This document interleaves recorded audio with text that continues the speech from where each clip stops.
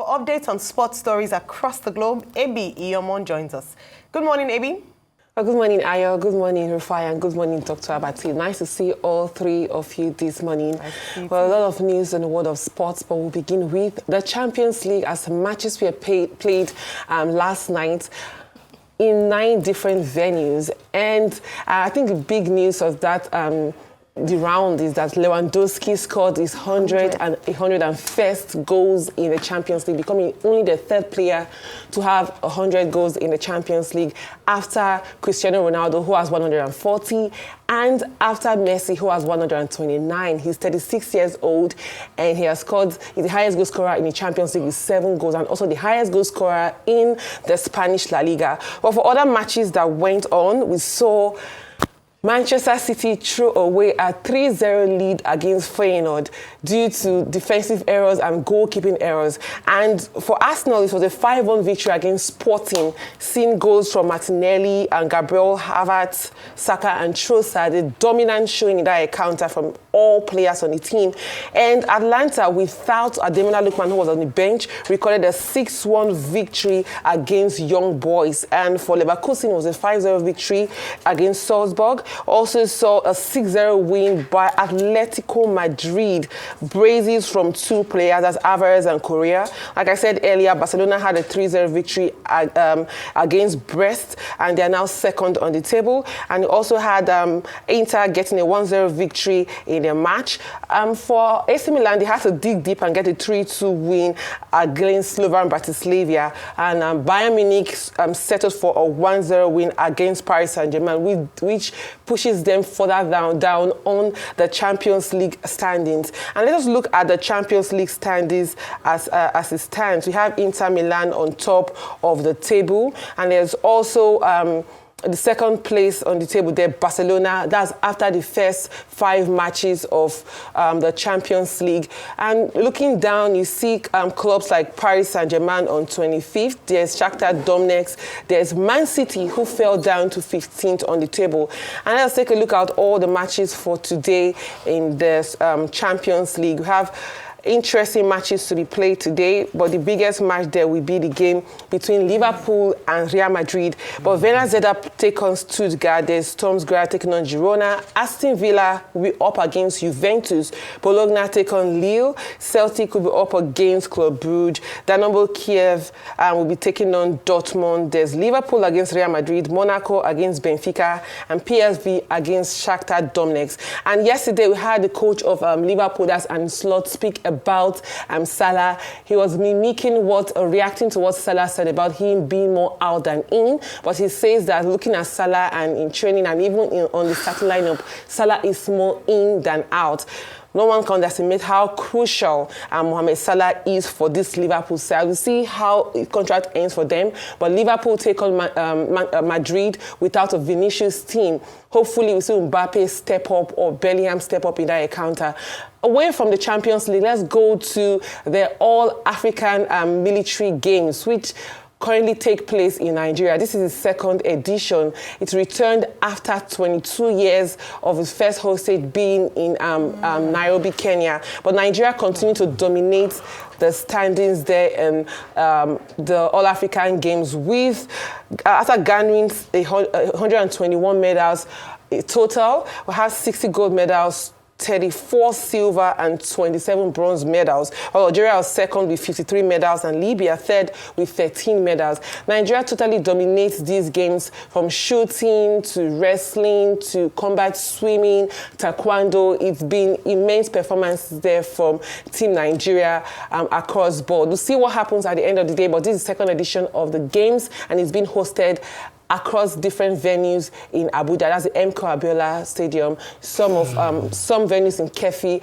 amongst others. And let us look at the NPFL, where matches on March the 14th will be played today. We'll see the Southwest Derby, that's between Remo Stars and 3SC. There's Abia Warriors taking on Katsina United. Nasarawa United will be taking on Benel Insurance. Kwara United take on Heartland.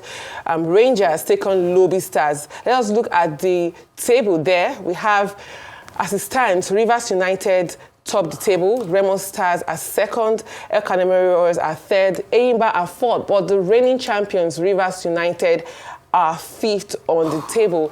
We'll see what happens there. It's been a fascinating results there in the NPFL. Across the weekend, we saw Kano Pillars in action against Lobby Stars, getting a 2-2 draw. And Rabiu Ali, the veteran, was able to get another free kick goal, his first free kick goal of the season, 8th goal of the season. He's been wonderful for Kano Pillars in all 29 seasons he's played in the NPFL. And let's come back to women's football, where Barbara Banda's announcement as the BBC Women's Footballer of the Year has brought a lot of criticisms from some women rights groups, saying that it's a slap in women's face. We recall that in 2022 Women's African Cup of Nations, she was banned from participating because of a high testosterone level. Initially, she had taken medications for that particular tournament, but say that the levels did not drop enough and she wasn't able to compete.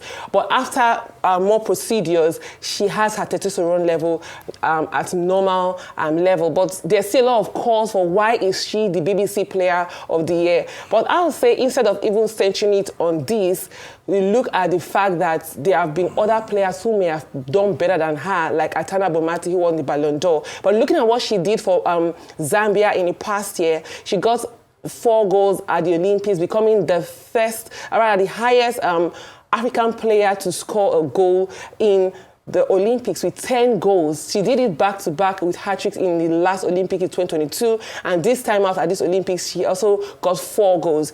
And looking at what she's done in her new club, Orlando Pirates, despite joining them in March, she got 13 goals in regular season and 4 goals in the playoffs. I'll say she's had a good season, and the criticisms might really not be necessary at this particular time.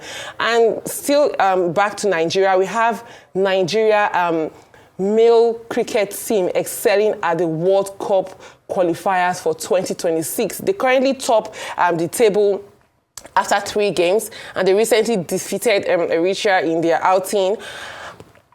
And as it stands, they've been doing very well. They are only second to Ivory Coast and also Sierra Leone there, who are second and third on the table. Their win against Eswatini that gives them 6 points, and they are top of the table. And they're in pole position for the qualifiers. We'll see what happens to the cricket team. And finally, for me, good news for Nigeria Golf, as Nigeria could get 2 slots at the Qatar Open after a 19-year ban. This came after in 2006, some of the golfers who went to Qatar absconded, but with a lot of tries. Bob Olukayo, who is the MD there of the High Performance Center in Lagos, was able to have a lot of interaction and ensure that it's the golfing tournament has been brought back to Nigeria. So with the qualifiers for this particular tournament, 2 players will proceed to the tournament. And the highest qualifier there gets automatic spot, and the second will play a playoff.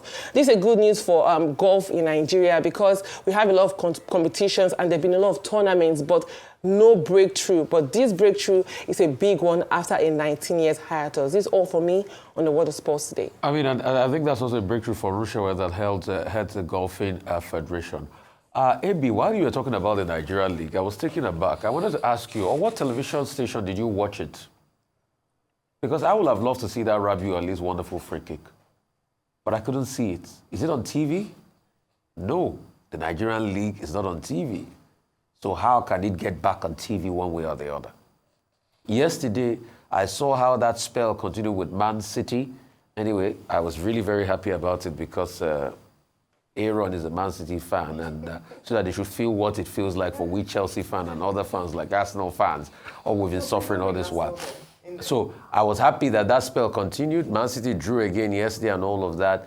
But I could see that live on television. But it's very sad that our own Nigerian league can't be seen on television. So AB, again, I ask, where is Nigerian league on TV?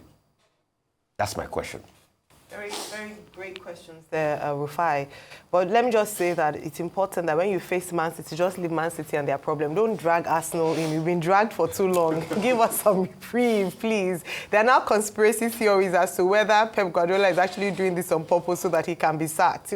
Just because it's almost unbelievable to see what's going on with the team under his leadership. Really, really surprising. But let me talk about the African military games since Nigeria is hosting. The theme for this year's event is enhancing military cooperation through sport. And we've had different military sports representatives from across Africa competing. But I think what's really big for us is not that just that we are hosts, but also that we are topping the medals table. So, anytime we're able to do this, it's great news to really spotlight that and shine the fact that Nigerians are excelling here in sports like shooting, taekwondo, wrestling. They're really shining at the games. And so congratulations to the Chief of Defence Staff and, of course, the Nigerian military for really putting a good outing at the games. Well, congratulations first to Robert Lewandowski on that historic landmark record that he achieved yesterday with Barcelona beating Bet. Then congratulations also to Arsenal. Arsenal was able to beat Sporting Lisbon. I can't hear anything you're saying. Sporting Lisbon 5-1. Was beaten by Arsenal, and that was quite an impressive performance by Arsenal. Arsenal dominating the whole of the first half and sending a very strong message to its European rivals. Arsenal is going to meet West Ham this weekend, and midweek next week is going to face Manchester United. So Manchester United had better prepare. As for Man City, losing the opportunity to beat, their rivals in Feyenoord in the Champions League, they got 3 goals in the last 15 minutes of the game.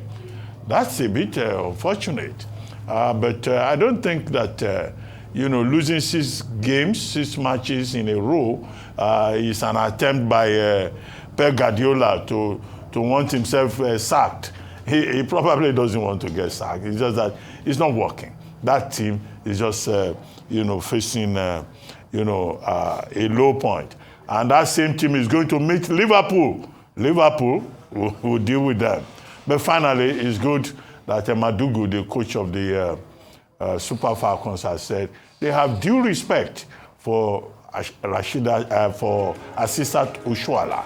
And it's only for logistics reasons that she's not going to be in the friendly with France. She has issues with her visa and work permit. I think that clarification is useful. Thank you very much, Ebi Yomo.